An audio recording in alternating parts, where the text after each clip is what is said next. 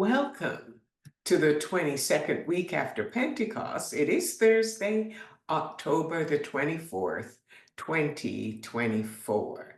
This is the Manna at the Tap podcast, where we as a community seek to actively seek the spiritual nourishment our souls crave. The daily lectionary reading we explore together is the manna designed to nurture our spiritual growth and provide the sustenance our souls need.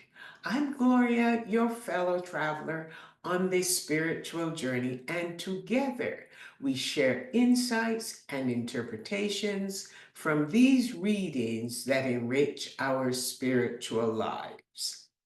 The lectionary text is Psalm 34, classified as an individual hymn of thanksgiving. There are at least 15 other individual hymns of thanksgiving in the Psalter in which the psalmist thanks God for deliverance from various life-threatening situations. Psalm 34 is also an alphabetic acrostic, meaning each verse begins with a successive letter of the Hebrew 22-letter alphabet. Using an alphabetic acrostic can help summarize all the potential words that need to be said from A to Z.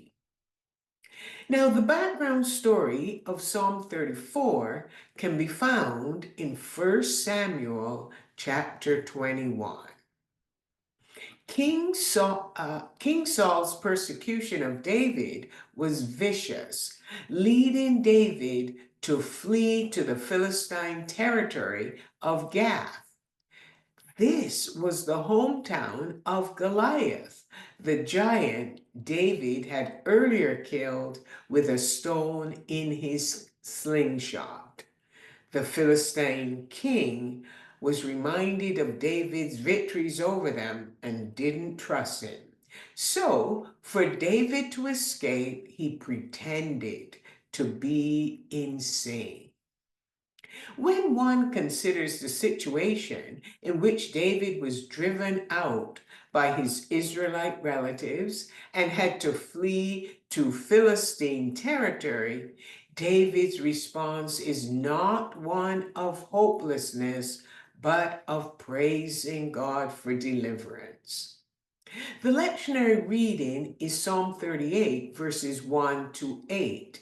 And as we delve into these 8 verses, David will explain why he blesses Yahweh, boasts to Yahweh, and invites all who are humble and afflicted to be glad and lift up and magnify Yahweh's name. The psalmist praised Yahweh first. He will bless Yahweh at all times, and Yahweh's praises were never to leave his lips, and his soul was to boast in Yahweh. That's verses 1 and 2. Now, the words blessing and praising Yahweh are common themes in the Psalter.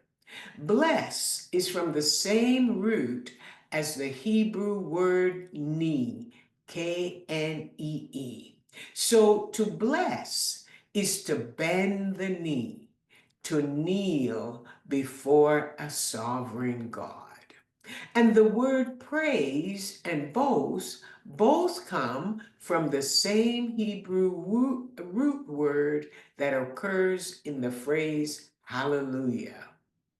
The psalmist says that praise will be in the mouth while his inmost being will find its praise in Yahweh.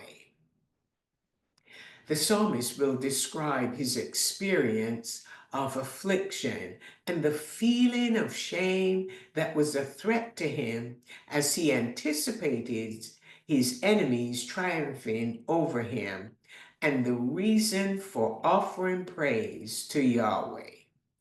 He sought Yahweh, and Yahweh answered him and delivered him from all his fears. That's verse 4. The poor man called, and Yahweh heard him, and Yahweh saved him out of all of his troubles. That's verse 6. The two verbs delivered and saved are a picture of Yahweh plucking the psalmist out of his fears and moving him to a safer place. Once there, Yahweh took complete care of him and helped him. The innermost being of the psalmist cried out to Yahweh, and Yahweh heard and helped him.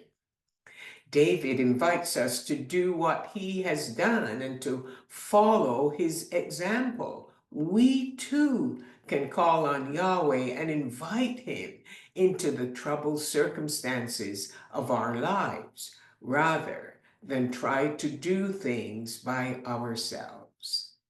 Now, in the final verses of the lectionary reading, the psalmist will exhort his hearers and his readers to praise Yahweh's deliverance.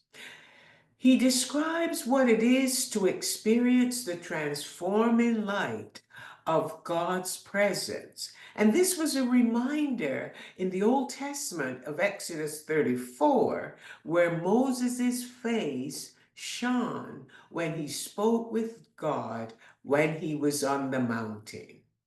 The psalmist was not brought to shame because the angel of the Lord was around him, and the angel of the Lord moved to the front of the battle, and the angel of the Lord fought his battles for him. The language of verse 8 is to taste and see that Yahweh is good. Tasting is one of our five senses. Seeing is another one of our five senses.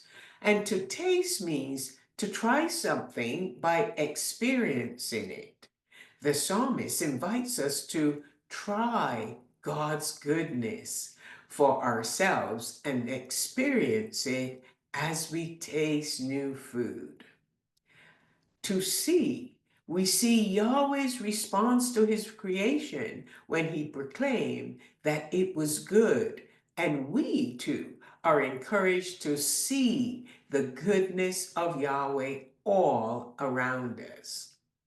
Verse 8 will end with these words: blessed or happy is the one who takes refuge in Yahweh. To take refuge in Yahweh means to hide oneself. It is a picture of a child wrapped in a parent's arm for protection, for the parent's warmth and love, and the child is content.